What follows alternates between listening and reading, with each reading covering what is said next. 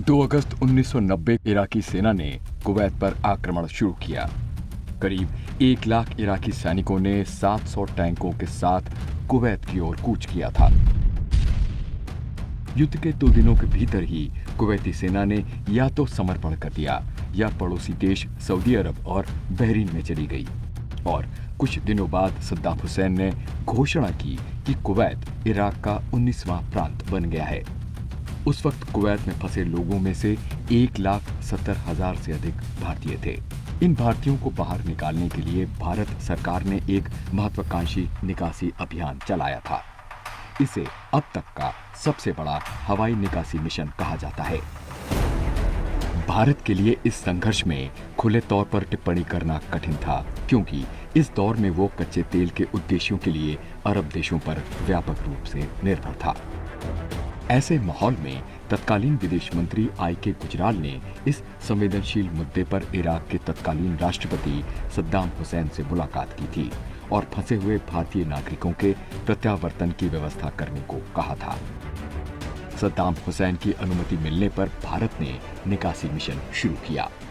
Kuwait और भारत की सरकारों के बीच एक स्थिर संचार लिंक के लिए भारतीय वायुसेना ने अपने IL-76 यानी गजराज विमान को तैनात किया था।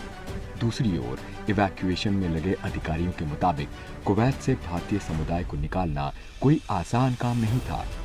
लोग कुवैत में अपनी पूरी जिंदगी की कमाई छोड़ने को तैयार नहीं थे। उन्होंने स्थिति की गंभीरता को कम करके आंका था और अपने व्यवस्थित जीवन को छोड़ने के लिए अनिच्छुक थे। फिलहाल निकासी मिशन में सबसे पहले सैन्य परिवहन का इस्तेमाल करने की योजना थी, लेकिन इसके लिए मंजूरी मिलना एक समस्या थी।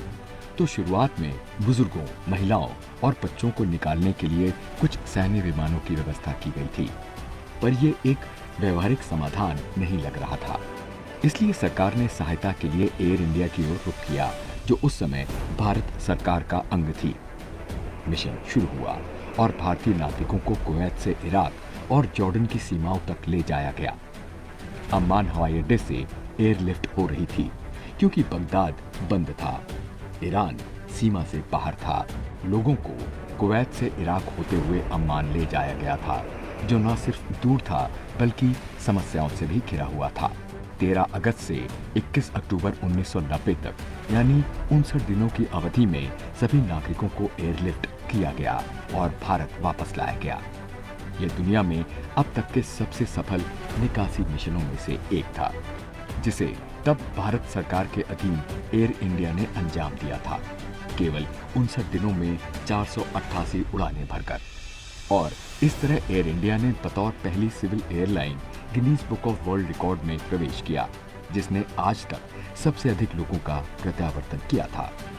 इस एयरलिफ्ट के मार्फत भारत ने फिर साबित किया है कि वो दुनिया में कहीं भी संकट के समय अपने लोगों को सुरक्षित देश वापस लाने में कोई कसर नहीं छोड़ता है। उन सभी वीरों को नमन, जिन्होंने कठिन से कठिन समय में अदम्य साहस और मानवता का परिचय दिया था।